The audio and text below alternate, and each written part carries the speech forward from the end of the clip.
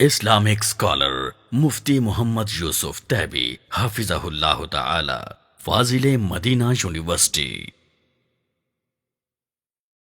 الحمدللہ رب العالمین والصلاة والسلام علی رسولہ الکریم وعلی آلہ وصحبہ اجمعین، اشہد ان لا الہ الا اللہ واشہد ان محمدا عبدہ ورسولہ صلی اللہ علیہ وسلم۔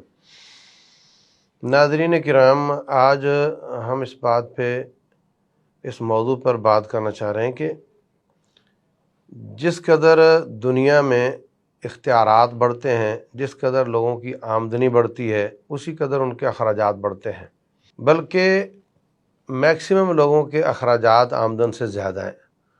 اور یہ کوئی مہنگائی کا مسئلہ نہیں ہے۔ اگر کسی کی تنخواہ 20 ہے تو اخراجات 30 ہیں، اگر اس کی 3 لاکھ آمدن ہے تو اخراجات 4 لاکھ ہیں۔ وہ انسان کی ایک عادت ہے کہ وہ بڑھاتا چلا جاتا ہے، لیکن اس سلسلے میں جو رسول اللہ صلی اللہ علیہ وسلم کی سیرت ہے کہ ان کی آمدنی کم تھی تو اور زیادہ بڑھ گئی تب بھی آپ کا جو لیونگ سٹائل ہے، آپ کی جو رہنے کے انداز ہیں، آپ کا جو معیار زندگی ہے، اس میں خاطر خواہ تبدیلی نہیں آئی۔ آپ کا جو خرچ کرنے کا قاعدہ ضابطہ ہے وہ یہ سمجھ آتا ہے کہ ہمارا یہ ہے کہ جتنی زیادہ آمدن اتنا زیادہ خرچہ، اور ان کا یہ تھا کہ جتنی زیادہ آمدن اتنا زیادہ صدقہ، اور اپنی حالت وہی کی وہی رہتی تھی۔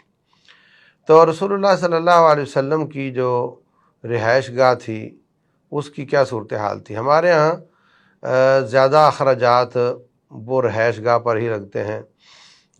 کچن کا خرچہ اتنا نہیں ہوتا، کپڑوں کا اتنا نہیں ہوتا، زیادہ مکان پر ہی لگتے ہیں، اور ہم نت نئے ڈیزائن اور نت نئی ٹائلیں اور نت نئی ایلوکیشن کیا بولتے ہیں elevation, side elevation, front elevation, یہ ایسی ہونی چاہیے، ویسی ہونی چاہیے۔ تو رسول اللہ صلی اللہ علیہ وسلم فرماتے ہیں کہ انسان کو، مسلمان کو اپنے تمام نفقات اور اخراجات میں اجر ملتا ہے سوائے مٹی کے۔ جو اس نے مکان سازی پر لگا دیا اس کا کوئی اجر نہیں ملتا۔ باقی سارے اخراجات جو بیوی بچوں پہ کرتا ہے، اپنی ذات پر کرتا ہے، اللہ اس کو اجر عطا فرماتے ہیں۔ تو یہاں پر ہم دیکھتے ہیں کہ رسول اللہ صلی اللہ علیہ وسلم نے کیسا گھر بنایا۔ جب آپ تشریف لائے مدینہ طیبہ میں ہجرت کر کے، تو اس وقت قبلہ جو تھا وہ کعبہ نہیں تھا، بلکہ قبلہ بیت المقدس تھا۔ تو اس حساب سے سیدھے ہاتھ کی طرف آپ نے ایک گھر بنایا تھا حضرت سودا رضی اللہ عنہا کا، اور اس کے ساتھ ایک اور گھر بنایا حضرت عائشہ رضی اللہ عنہا کے لیے۔ ان کی بھی رخصتی نہیں ہوئی تھی لیکن قریب تھی، تو آپ نے ان کا گھر بھی بنایا ہوا تھا۔ اس کے علاوہ جتنے بھی گھر ہیں وہ جیسے جیسے شادیاں بڑھتی گئیں گھر بڑھتے گئے، اور وہ کیا تھے کہ ایک کمرہ اور اس کے آگے ایک چھوٹا سا صحن تھا جس کو چھڑیوں کی دیوار کے ساتھ بنایا گیا تھا اور پردہ لٹکایا گیا ہوتا تھا، اور جو کمرہ تھا اس کو لکڑی کا دروازہ بھی ثابت ہے، جیسا کہ عائشہ صدیقہ رضی اللہ تعالیٰ عنہ فرماتی ہیں کہ جب کوئی آدمی ملنے آتے تو آپ اپنے باہر والے صحن میں جو چھوٹا سا تھا اس میں بیٹھ جاتے، تو اندر میں ہوتی تو میں دروازے کے وہ جو تختیوں کے درمیان میں تھوڑی خالی جگہ ہوتی، وہاں سے دیکھتی رہتی کہ کیا ہو رہا ہے باہر۔ مجھے آپ کی بڑی فکر رہتی تھی۔ تو یہودی آئے، کہنے لگے السلام علیکم، نعوذ باللہ، سام کا معنی ہوتا ہے آپ پر ہلاکت ہو۔ تو حضرت عائشہ رضی اللہ تعالیٰ عنہ اندر سے بولیں علیکم السلام واللعنہ، تم پر ہلاکت بھی ہو، رب کی پھٹکار بھی ہو۔ تو رسول اللہ صلی اللہ علیہ وسلم نے جواب دیا وعلیکم، بس سلام نہیں کہا۔ تو بعد میں آپ نے حضرت عائشہ رضی اللہ عنہ سے فرمایا کہ جب میں نے ان کو، جو انہوں نے میرے لیے کہا، میں نے وہی ان پر کر دیا، اور ان کی دعا میرے بارے میں قبول نہیں ہوگی، میری ان کے بارے میں ہو جائے گی، تو پھر آپ نے جو لعنت کا اضافہ کیا ہے یہ کیوں کیا ہے؟ تو مقصد بات کا یہ کہ نرمی اختیار کریں، سختی نہ کریں، اضافہ نہ کریں، زیادتی نہ کریں۔ تو اس میں دروازے کا تذکرہ آتا ہے، تو دروازہ تھا، آپ کا جو بستر مبارک تھا حشوہ لیفن، وہ پہلے تو بات یہ کہ چٹائی تھی کھجوروں کی، اور آپ کا جو بستر مبارک تھا وہ تو چٹائی تھی کھجوروں کی، اور جو آپ کا تکیہ تھا وہ چمڑے کا تھا اور اس کے اندر بھی کھجور کے پتے ہی بھرے ہوئے تھے۔ تو بخاری شریف میں آتا ہے کہ حضرت عمر بن خطاب رضی اللہ تعالیٰ عنہ آپ کے گھر تشریف لاتے ہیں تو کیا دیکھتے ہیں کہ آپ نے قمیص مبارک اتاری ہوئی تھی اور آپ کے جو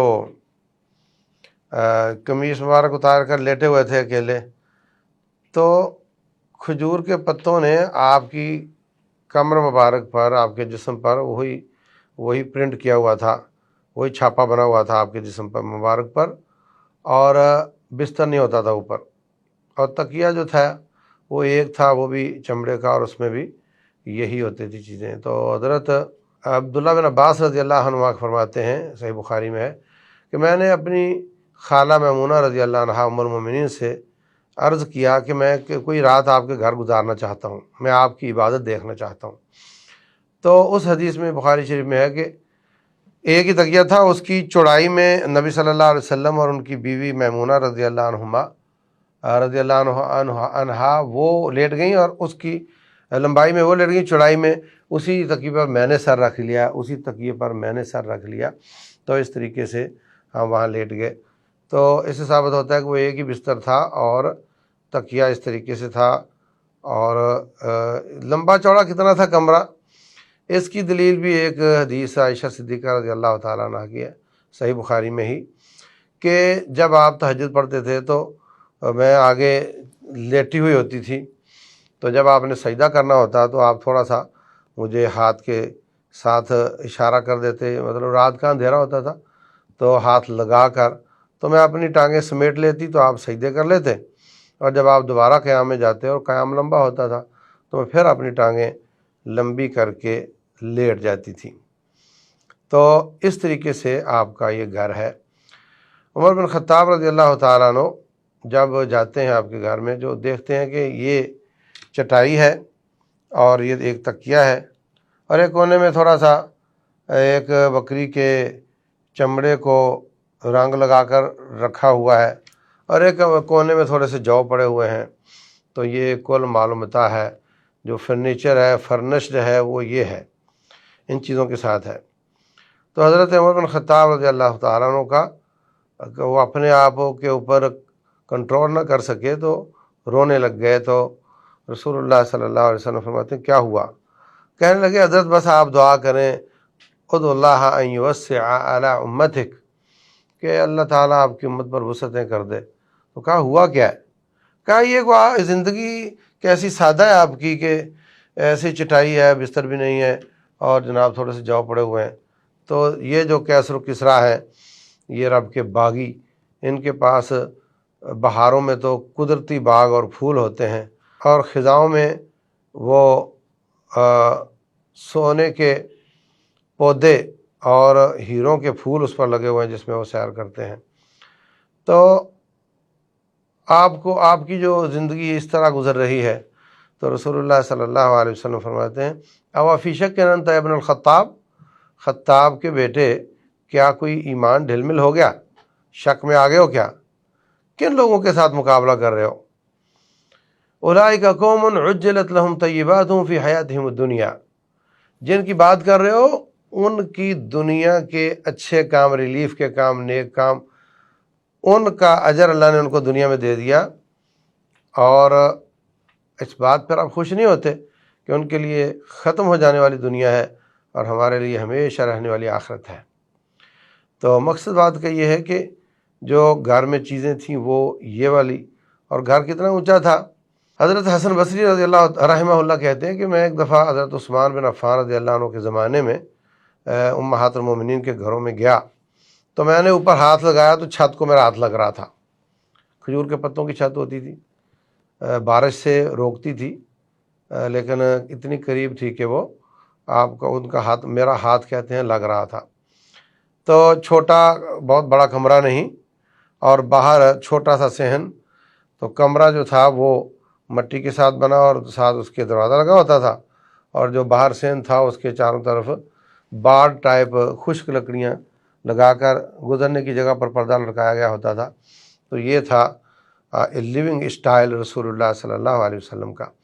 ہر عورت، ہر بیوی کے پاس اپنا کھانے کا اور اپنا کچن ٹائپ کوئی سسٹم کوئی آگ جلانے کا ہوتا تھا الگ الگ سب کا، یہ نہیں کہ سب ایک کچن پر ہوں اور ایک گھر میں اکٹھی ہوں، ان کے بہرحال پارٹیشنیں چلتی تھیں۔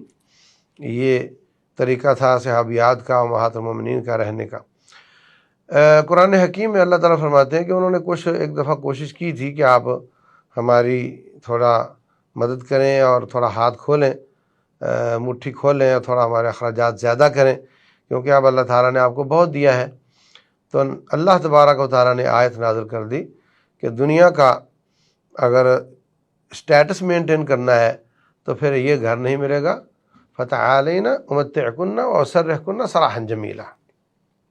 اور اگر آخرت چاہیے ہے اور نبی صلی اللہ علیہ وسلم کا ساتھ چاہیے ہے تو پھر یاد رکھو وہی فاقہ مستی چلے گی اور وہی اسٹائل چلے گا، اس سے زیادہ کچھ نہیں ملے گا۔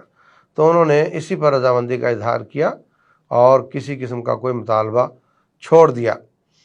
تو رسول اللہ صلی اللہ علیہ وسلم اتنے سادہ گھروں میں رہ کر، دنیا گزار کر، اتنا علاقہ فتح کر کے اسلام کو غالب کر کے چلے گئے۔